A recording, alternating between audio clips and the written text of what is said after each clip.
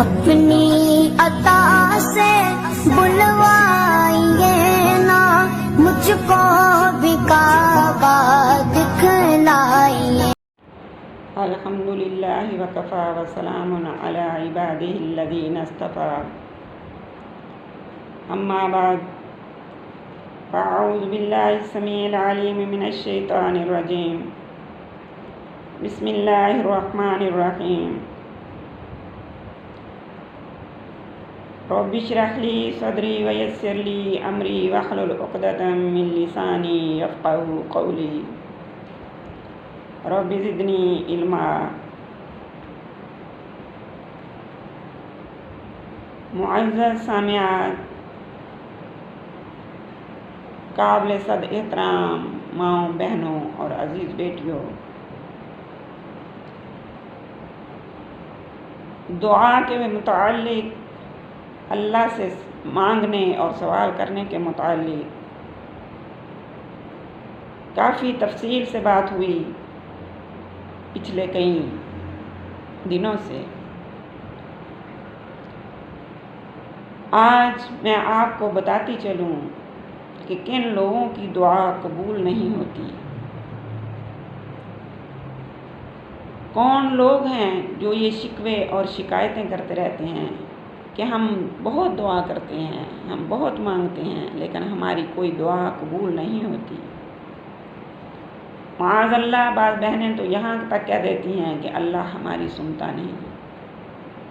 میری بہنوں، ایسے الفاظ سے اجتناب فرمائیے، یہ کفریہ الفاظ ہیں۔ اللہ رب العزت کی ذات ہر لمحہ سمیع بصیر اس کی صفات ہیں، وہ ہر لمحہ سنتا بھی ہے اور دیکھتا بھی ہے، اس سے کچھ بھی پوشیدہ نہیں۔ میری بہنوں، وہ تمہارے سینوں میں آئے ہوئے، سینے کے اندر جو دل ہے اس میں آئے ہوئے خیال کو بھی جانتا ہے۔ آج میں تھوڑا سا آپ کو بتاتی چلوں کہ ہماری دعائیں کیوں قبول نہیں ہوتی۔ میری بہنوں، اس کے بارے میں ایک حدیث مبارکہ آپ کے سامنے ذکر کرنے لگی ہوں۔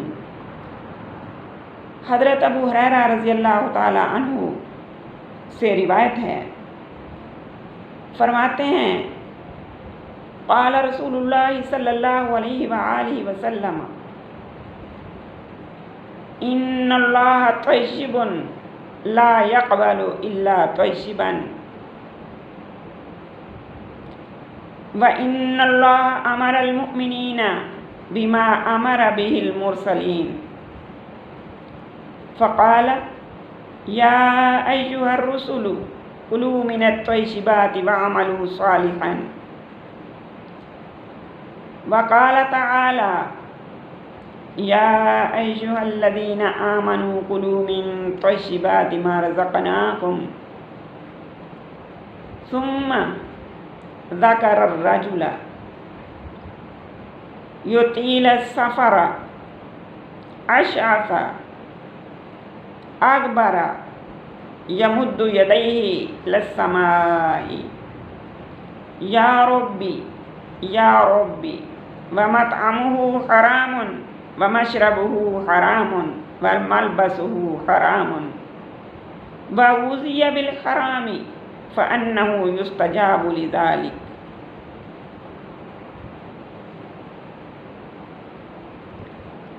حضرت ابو ہریرہ رضی اللہ تعالی عنہ سے روایت ہے، فرماتے ہیں کہ حضور اقدس صلی اللہ علیہ وآلہ وسلم نے ارشاد فرمایا، ان اللہ طیب لا یقبل الا طیبا، کہ بے شک اللہ پاک ہے اور وہ پاک ہی قبول فرماتا ہے۔ مال ہو، قول و عمل ہو، اللہ پاک کیسا کو قبول فرماتا ہے۔ پھر فرمایا، وَإِنَّ اللَّهَ أَمَرَ الْمُؤْمِنِينَ بِمَا أَمَرَ بِهِ الْمُرْسَلِينَ، کہ بلا شبہ حلال کھانے کے بارے میں اللہ جل شانہ نے پیغمبروں کو جو حکم فرمایا کہ رسولو یا ایھا الرسل، کہ اے رسل طیب چیزیں کھاؤ،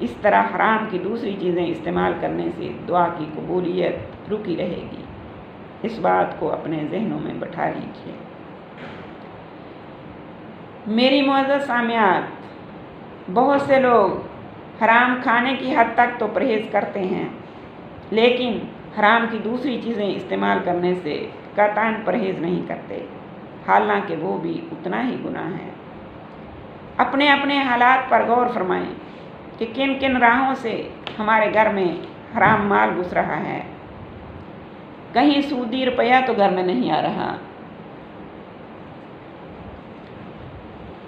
کہیں سود کا روپیہ تو گھر میں نہیں آ رہا، رشوت کا مال تو گھر میں بھرا ہوا نہیں، کسی کی حق تلفی تو نہیں کی، خیانت کر کے کسی کی رقم تو نہیں ماری۔ ان باتوں پر توجہ فرمائیے اور یہ بھی غور کریں کہ کما کر لانے والا کسی ناجائز محکمہ میں ملازم تو نہیں۔ اگر غور کریں گے میری بہنوں تو بہت سی راہیں سمجھ میں آ جائیں گی جن کے ذریعے گھر میں ناجائز مال آتا ہے، ناجائز روپیہ پیسہ آتا ہے، پھر اس روپیہ سے روٹی پانی کا خرچہ بھی چلتا ہے، کپڑے بھی بنتے ہیں، جو کہ ہم کھانا کھاتے ہیں، جو کہ ہمارا لباس ہے، ہم مکان بھی تعمیر کرتے ہیں، بنگلہ میں سجاوٹ بھی ہوتی ہے، گاڑی بھی خریدی جاتی ہے۔ جب حرام ہی غذا ہو اور اسی کی خوراک اور پوشاک ہو اور گھر کا ساز و سامان اسی کے ذریعہ سے حاصل ہوا ہو تو دعا کی قبولیت کی امید رکھنا بہت بڑی بے وقوفی ہے۔ میری معزز سامعات، ہر مسلمان پر لازم ہے کہ حرام سے پرہیز کرے، حلال کی فکر کرے، اگرچہ تھوڑا ملے، روکھی سوکھی روٹی کم کھانی پڑے، چھپر میں گزارا کرنا پڑے، لیکن حرام سے پرہیز کیجیے۔ حرام کام کرنے اور حرام مال استعمال کرنے کی وجہ سے دعا قبول نہیں ہوتی میری بہنوں۔ صرف یہی نہیں کہ دنیا میں کی گئی دعائیں قبول نہیں ہوں، اللہ کے رسول فرماتے ہیں جنت سے بھی وہ شخص محروم رہے گا۔ حضور نبی کریم صلی اللہ علیہ وسلم کا ارشاد گرامی ہے، لا يدخل الجنت لحم نبت من السخط فكل لحم نبت من السخط كانت النار اولا بها۔ فرمایا جنت میں وہ گوشت داخل نہیں ہوگا، وہ گوشت جنت میں داخل نہ ہوگا جو حرام سے پیدا ہوا ہو۔ میری بہنوں، جب ہم حرام کھائیں گے تو ہمارا گوشت حرام سے ہی پیدا ہوگا۔ دوزخ ہی، فرمایا اللہ کے رسول نے، دوزخ ہی اس کی زیادہ مستحق ہے۔ اللہم اجرنا من النار۔ میری معزز سامعات، بہت سے جاہل لوگ حرام کماتے ہیں اور اس سے کچھ مال صدقہ کر کے اللہ کی راہ میں دے کر حرام کو حلال سمجھ لیتے ہیں۔ یہ بالکل جہالت کی بات ہے۔ حرام سے صدقہ کرنا تو اور گناہ ہے، حرام پر ثواب نہیں ملتا میری بہنوں۔ جیسا کہ حدیث شریف کے شروع میں گزرا کہ ان اللہ طیب لا یقبل الا طیبا، بس جب حرام کا صدقہ ہی قبول نہیں تو اس کے ذریعے باقی مال کیسے حلال ہو جائے گا؟ جو صدقہ دیا، جو مال اللہ کی راہ میں حرام مال میں سے دیا، وہ بھی وبال ہوگا، اور جو بچ گیا وہ بھی وبال ہوگا اور عذاب کا باعث ہوگا۔ حرام مال سے صدقہ کر کے ثواب کی امید رکھنے کو بعض علماء نے کفر بتایا ہے، نعوذ باللہ۔ اصل بات کیا ہے میری معزز سامعات؟ اصل بات یہ ہے کہ حرام کمانے سے بالکل پرہیز کیا جائے، حرام کمانے سے بچا جائے۔ نہ حرام کمانے کا گناہ ہوگا، نہ ملک میں حرام آئے گا، نہ ملکیت میں حرام آئے گا، نہ گھر میں حرام آئے گا، اور نہ ہی حرام جانوں پر خرچ ہوگا۔ اس لیے جہاں تک ہو سکے حرام سے پرہیز کیجیے۔ ہمارے لیے کیا حکم ہے کہ ہم اپنے شوہروں سے، اپنے باپوں سے، اپنے بیٹوں سے، اپنے بھائیوں سے کہہ دیں کہ ہم حلال کھائیں گے، حلال پہنیں گے۔ تمہارے ذمہ ہمارے جن اخراجات کا پورا کرنا لازم ہے، پلیز حلال سے پورا کرو، ہم حرام قبول کرنے کو تیار نہیں۔ میری معزز سامعات، جب ہم گھروں میں بھی اس بات پر توجہ دیں گی تو انشاءاللہ تعالی ہماری نیت ہوگی، خلوص نیت کے ساتھ ہم گھر میں اس بات کا زور دیں گی تو اللہ رب العزت ہمیں حرام سے نہ صرف بچائیں گے بلکہ ہماری دعائیں بھی اور ہماری نمازیں بھی قبول ہوں گی۔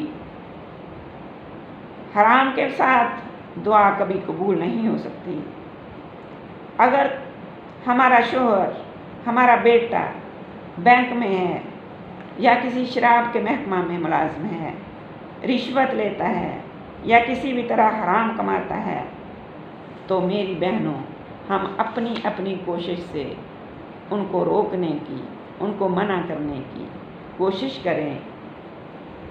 ہم اپنا فرض پورا کریں تاکہ اللہ کے حضور ہم سرخرو ہو سکیں۔ ہم اپنی اپنی طرف سے ان سے حرام چھڑوا کر ان کو حلال کمانے کی ترغیب دیں تاکہ اللہ رب العزت کے دربار میں ہم کامیاب ہو سکیں، ہم سرخرو ہو سکیں اور ہماری دعائیں بھی اللہ کی بارگاہ میں شرف قبولیت حاصل کر سکیں۔ اس کے علاوہ اور بھی بہت سی وجوہات ہیں، انشاءاللہ آئندہ بتاتی چلوں گی کہ کن کن وجہ سے، کن کن وجوہ سے ہماری دعائیں مسترد کر دی جاتی ہیں، ہماری دعائیں قبول نہیں ہوتی، اور ہمیں ان تمام وجوہات سے اجتناب کرنا چاہیے، پرہیز کرنا چاہیے، جہاں تک ممکن ہو اپنے آپ کو بچانا چاہیے۔ اللہ رب العزت ہمیں حرام سے دور فرما کر حلال اور جائز ہماری قسمت میں فرمائے۔ جس کو میرے اللہ نے طیب کہا ہے، اللہ وہ طیب ہماری قسمت میں فرمائے، اور ہمیں بھی پوری کوشش کرنی چاہیے۔ اللہ رب العزت عمل کی توفیق عطا فرمائے۔ وما علینا الا البلاغ المبین۔ صدق اللہ۔